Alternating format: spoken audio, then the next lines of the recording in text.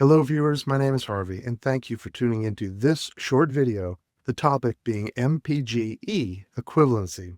I'm going to give you a quick reference graph and I'm going to give you a precise equation so that you can calculate either the vehicle you're driving today in a test drive or the EV you already own, just how your car compares to those gas vehicles. Let's get started.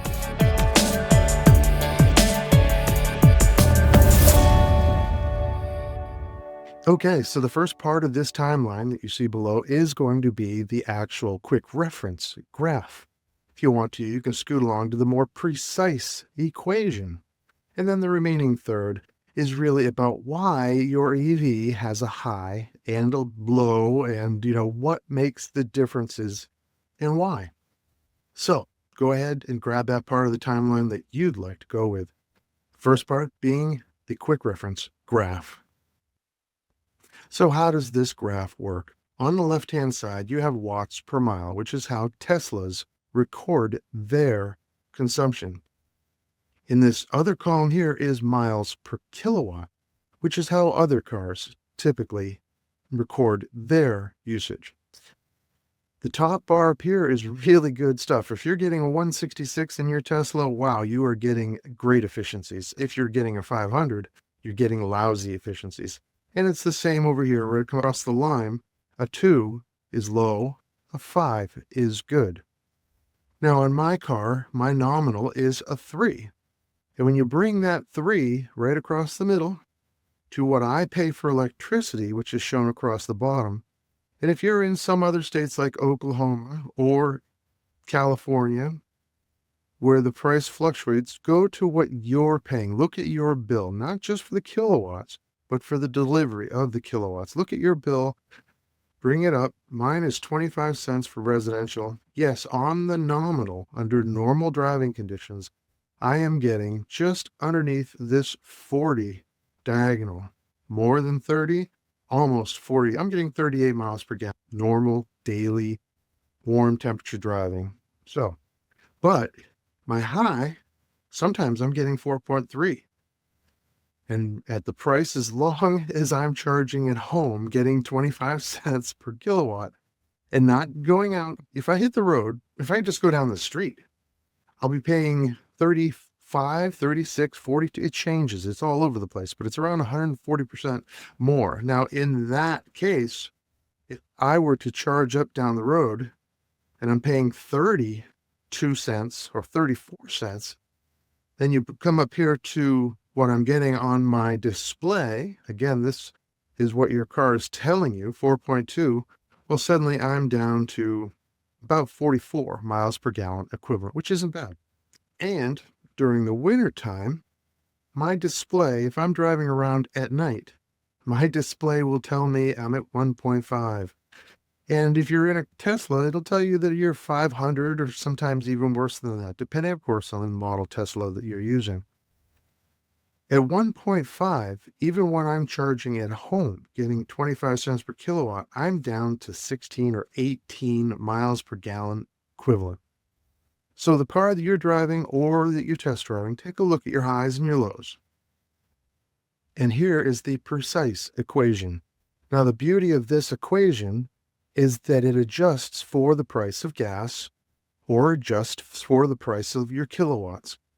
Depending on what you pay, whether it's at home or if you're paying more on the road, you can throw that number into this equation and it is exact.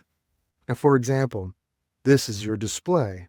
Most cars are using miles per kilowatt, including my Chevy. Teslas use watts per mile, but we'll get into the Tesla equation next. So you put in what your display is telling you. Let's go with 3, for example. The display will go between 1.5 and 4.3. Let's say it's just at 3. Take that 3 and multiply it by the price of gas over your kilowatts. Gas is at $3 a gallon right now. Kilowatts are at 25 cents per kilowatt hour. So that's a nice number of 12. 3 over 0.25. 3 times 12 is 36 MPGe. That is what you're getting at this time. Now for the Tesla equation, you're getting watts per mile on your display. You multiply that by 1,000ths. Essentially, you're moving that little decimal point over. Then you put it under 1 to invert the equation and multiply that by gas over kilowatts. So this equation is precise. Of course, it takes a little time to sit there and do the exact math. It's not like the chart where you're just kind of getting an idea. So next, in the third part of this video, let's talk about cost effectiveness by state. Let's put together all the variables and really figure out if your state is proactive, if your state is cost effective to have an electric vehicle. Let's get started. All right, should you be buying an EV in your part of the country? It starts with the cost of electricity, then there's temperature, and then really is your state getting behind the renewable equation when it comes to producing your electricity. There's no point in buying an electric car if you live in a state that is purely still burning fossil fuels, of course, coal, and nuclear power. Is your state involved in hydro? So let's get into this. First, with electricity. Is your electricity 11 cents per kilowatt hour? Is it 30 cents per kilowatt hour? Is it right around 25 cents, such as it is here in New Hampshire? It's somewhere in here in the green, in the light areas, are the least expensive electricity rates in this country. That makes a huge difference. When you're plugging in 11 cents per kilowatt, I can't imagine. It would increase my MPGe by twofold and then some. The problem with having an electric car out in Nebraska or Oklahoma or in the middle of the country is really where are the charging stations. But if you're in California, you have plenty of charging stations, but you're paying a lot more. And they're paying 45, 50 cents when they're on the road. New England is not a bright spot. When you look at New England, the electricity here is not cheap. The next item is, of course, the cold. It's also cold in New England, so that's two strikes against New Englanders when shopping for an electric vehicle. But the cold and nighttime driving are drawing everything off of that battery. Your heat, your headlamps, everything electric, and the battery system of your car actually uses some of its own electricity to keep itself warm. So you see your MPGe, you see your display numbers dropping. And then the third item is renewable energy sources. Is your state currently moving towards renewable energy sources? Now on this map, what you see in dark are the states that are simply still using coal, oil, and nuclear power. Sadly to say, New Hampshire up here is not one of the leading. I didn't realize that until recently. But yeah, we're not doing so great. We're at 20% currently. Pennsylvania's at 3%. Florida's still at 3.5%. Mississippi's not even trying. And they've got this big old river right now. Why is it that they're not? Oh, okay, the Mississippi River does not move very quickly. But there are states here that you would think would be into the renewables a lot more. Sure, New York has Niagara Falls. Pennsylvania, I mean, what is going on here? This is the part of the country where the only advantage you have in an electric car is that EVs are more efficient overall, just simply because when they slow down, they're regenerating. When you slow down in a regular car, you're not putting gas back into your tank. Whereas when you're rolling downhill or even stopping and going in traffic, stopping recharges your batteries. It's amazing. Until you've owned one, you don't realize how much it actually recharges. So it's not that there's a disadvantage to electric cars in these states. There's still an advantage, but it's greatly reduced. When you overlay those three elements of cost, temperature, and then if your state is actually renewable friendly with their electricity, you get an overall map like this.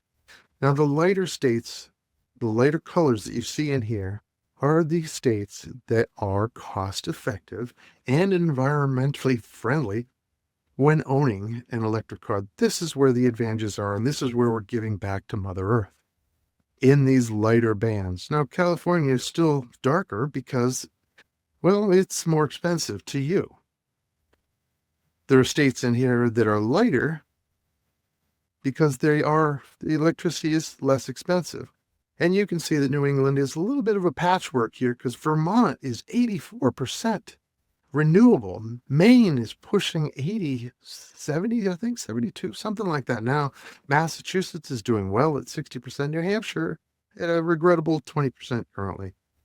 Pennsylvania, but it's cold up here too. There's almost every strike against New Hampshire, Michigan, Wisconsin, Pennsylvania. These areas are cold, expensive electricity, and it's non-renewable. Wow, I did not realize. I kind of wish I'd watched this video myself before I went and bought an electric car.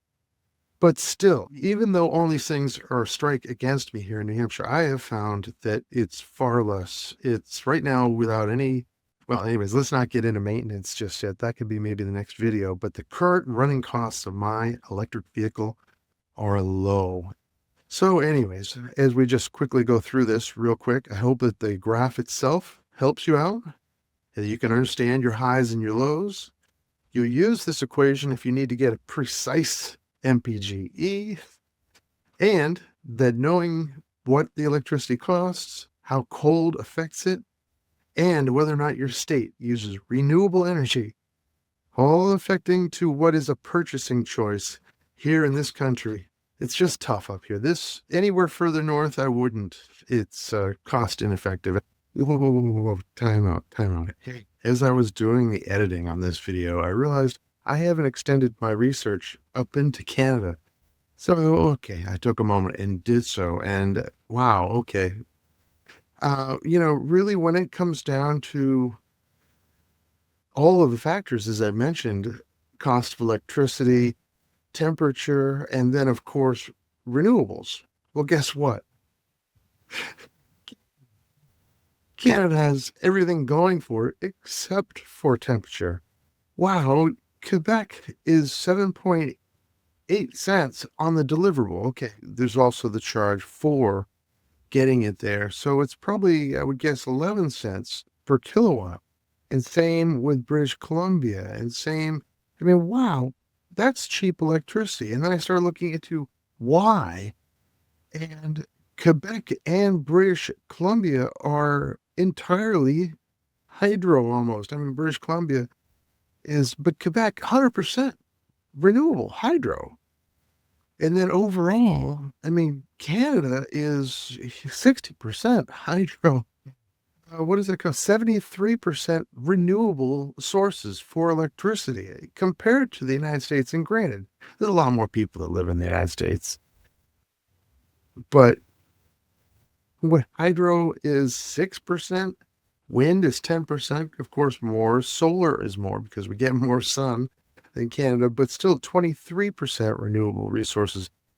So if you overlay, there is a bright spot here in, Montreal, Quebec City, even out in Vancouver. You can't just say that any further north than the United States is not cost effective for an electric car. You know what? I think I need to take a road trip up to Montreal and see how convenient the charging stations are. I'm really very impressed that there is a corner of the North American continent that has really started to look at renewable resources as being the future. The state of Maine has made a turn in that direction. And even Wisconsin. And there are a series of states that have really decided we have to make a difference in our carbon footprint in the next, 25 years.